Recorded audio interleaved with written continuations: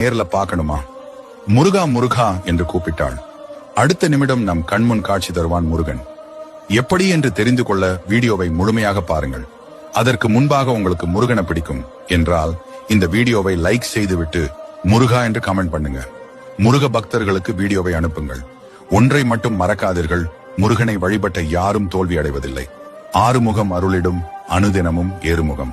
சரி, இப்போது எப்படி கூப்பிட வேண்டும் என்று பார்ப்போம். முதலில் நீங்கள் உங்களது முருகன் பக்தியில் முருகனை அனுதினமும் நினைத்துக் கொண்டே இருக்க வேண்டும். நீங்கள் மனதார முருகனை அழைத்தால் முருகன் வராமல் இருப்பாரா? ஏதோ ஒரு வகையில் வந்து நிச்சயமாக காட்சி கொடுப்பார். அது வேலாக இருக்கலாம், இல்லை மயிலாக இருக்கலாம், மயிலோட முருகன் இருக்கிற போட்டோவாக இருக்கலாம், இல்லை என்றால் இந்த வீடியோவை கூட உங்களை பார்க்க வச்சிருப்பார். நீங்கள் மனதில் இருந்து கூப்பிட்டால் நிச்சயமாக முருகனுக்கு தொடர்புடைய ஒன்று உங்கள் கண் முன்னே வந்து நிற்கும். நீங்கள் எதையாவது நினைத்து பயந்து கொண்டிருந்தால் உங்கள் கண் முன்னாடி யாம் இருக்க பயமேன் என்ற வாக்கியத்தை கூட பார்க்கலாம். இப்படி ஏதோ ஒரு வடிவில் முருகன் உங்கள் கண் முன்னால் காட்சி தருவார். இதுபோல் உங்களுக்கு நடந்திருந்தால் காமெண்ட்ல சொல்லுங்க.